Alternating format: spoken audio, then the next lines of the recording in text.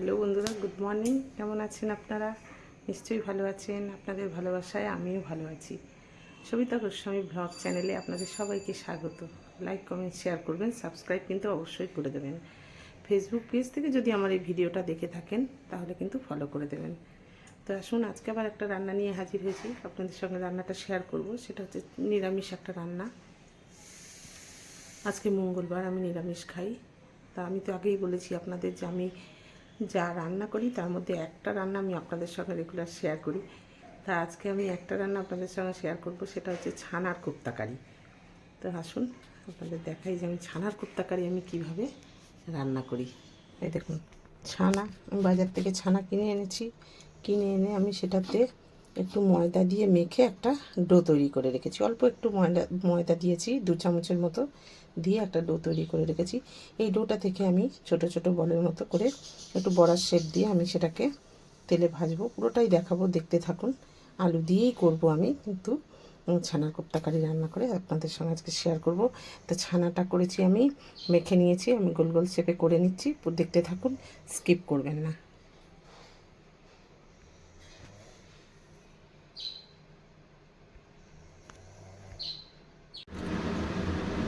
দেখুন, আমি এই যে ছানাটা আর একটুখানি ময়দা দিয়েছি, মেখে রেখেছিলাম, সেটা আমি এরকম এই যে বলের মতো করে নিয়েছি, বড়ার আকারে শেপ দিয়ে নিয়েছি। এবার এটা আমি এই যে তেলের মধ্যে ভাজবো, ভেজে তুলবো।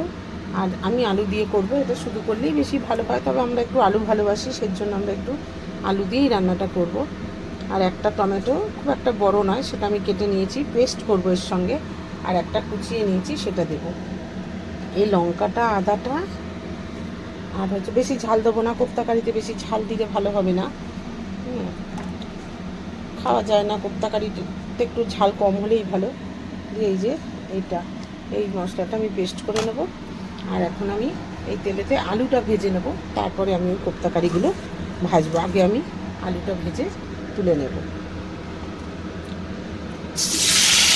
যেহেতু আমি আলু দিয়ে করবো, আমি আলুটাও খুব ভালো করে লাল করে ভেজে তুলে নেব।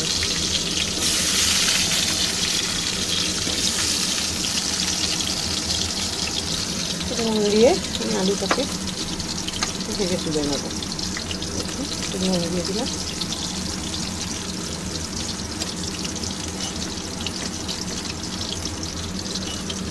ভালো করেই একটু লাল লাল করেই আমি আলুগুলো ভেজে নেব।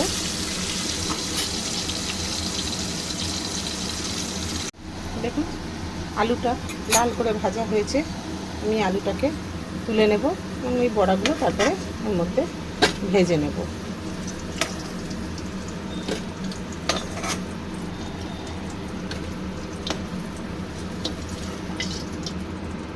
আমি রান্নাটা সর্ষের তেলে করছি, রিফাইনও করা যেতে পারে। এবার আমি এই বড়াগুলো ছেড়ে ভেজে নেব। এটাও একটু লাল করে আমি বড়াগুলো, ছানার এই মণ্ডগুলো আমি ভেজে নেব।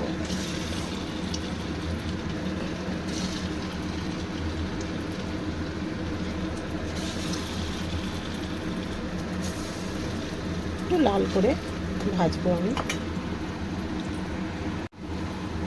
বড়াগুলো দেখি এক পিঠ হয়েছে নাকি। হ্যাঁ, এই যে দেখুন, উল্টে দিলাম। এই পিঠটাও আমি ঠিক এইভাবেই ভেজে নেব।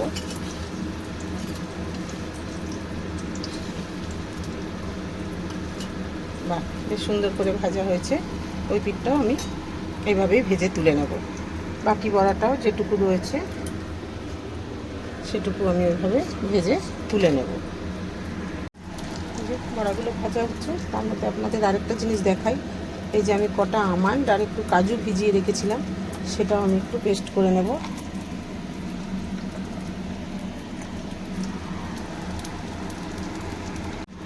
দেখুন, বড়াগুলো সব আমি সুন্দর করে লাল করে ভেজে নিয়েছি।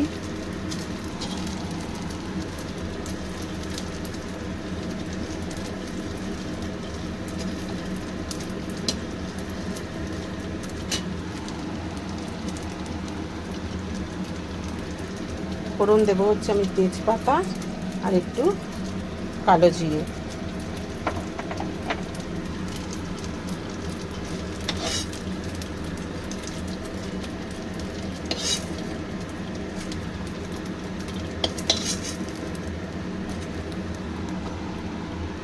ফোড়ন দিয়ে দেবো আমি কালো জিরে আর তেজপাতা।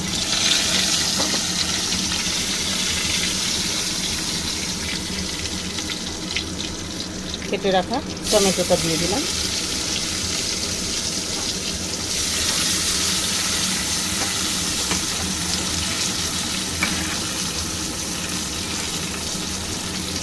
একটু নুন দিই, তাড়াতাড়ি নরম হয়ে যাবে, পরে আবার আন্দাজ করে নুনটা আমাকে দিতে হবে, দেবো আমি। একটু টমেটোটা নরম হওয়া পর্যন্ত আমি তেলের মধ্যে নাড়তে থাকবো।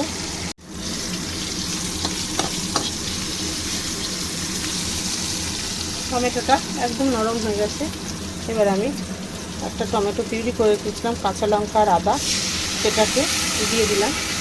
আর এখানে রেখেছি জিরে গুঁড়ো, ধনে গুঁড়ো, হলুদ গুঁড়ো আর এটা Kashmiri red chili powder, just colour হওয়ার জন্য। নাহলে আমি কাঁচা লঙ্কা এর সঙ্গে বেটে রেখেছিলাম, সেটা দিয়েছি। মশলাটাকে একটু ভালো করে কষাবো।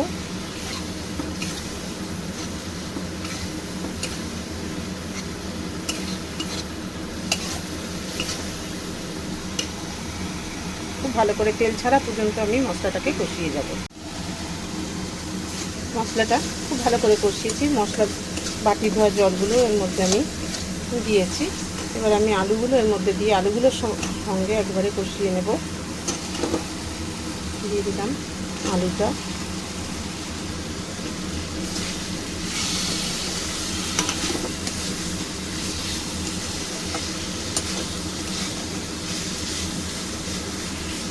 এখানে চিনি দিয়ে দেবো, সাথে স্বাদ ব্যালেন্স করে। এই যে চিনি দিয়ে দিলাম।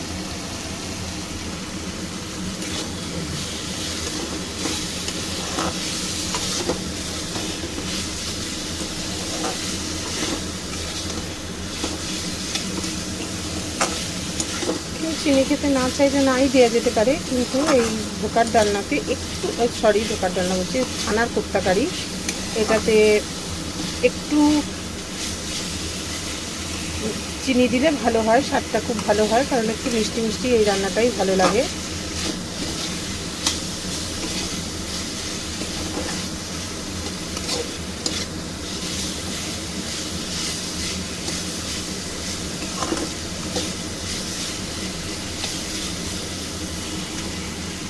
ভালো করে কষিয়েছি। এবার আমি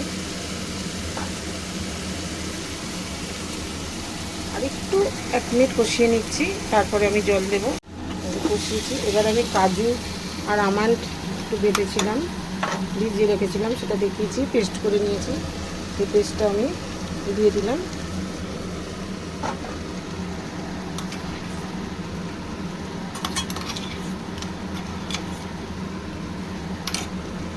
দিয়ে একটু নেড়ে ছেড়ে তারপরেই আমি জল দিয়ে দেবো। আলুটা সিদ্ধ হওয়ার মতো আমাকে জল দিতে হবে।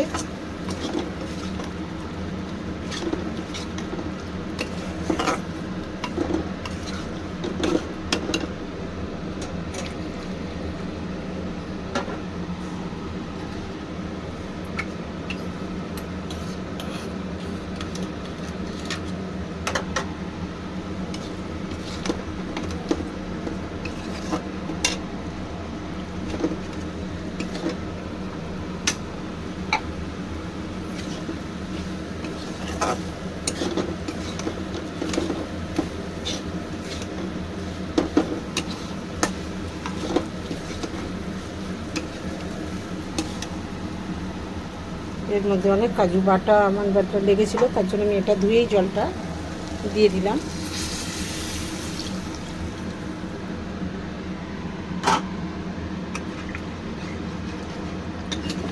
আমরা একটু আলুগুলো সেদ্ধ হতে দেবো।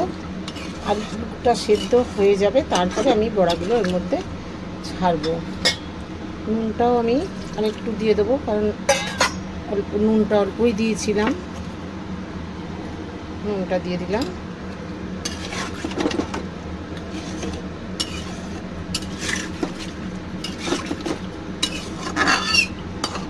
এবার আমি আলুটা সেদ্ধ হওয়ার জন্য অপেক্ষা করব।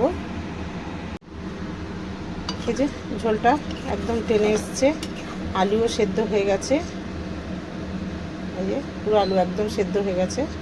এবার আমি বড়াগুলো দিয়ে দেবো, ছানার বড়াগুলো যেগুলো করে রেখেছি। এই যে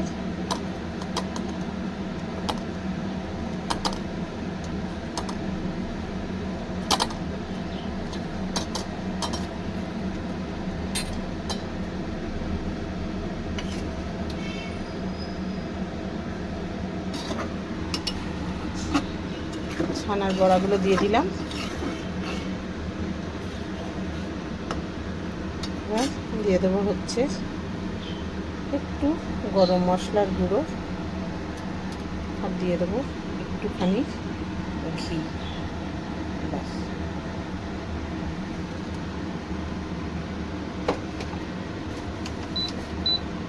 রান্নাটা আমার কমপ্লিট। 1 মিনিটের মতো আমি রেখে ফুটিয়ে নামিয়ে নেব।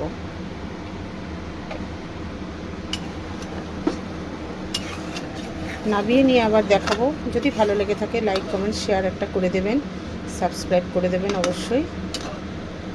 আর এভাবে করে খেয়ে দেখবেন। আমি তো এভাবে করি, আপনারা কিভাবে করেন আমাকে জানাবেন। আমি নামিয়ে আবার দেখাচ্ছি। এই যে ছানার কোপ্তা কারি একদম রেডি, নামিয়ে নিয়েছি। তা আজকে আসি, আবার একটা অন্য রান্না নিয়ে আসবো, আপনাদের সঙ্গে শেয়ার করব। বাই।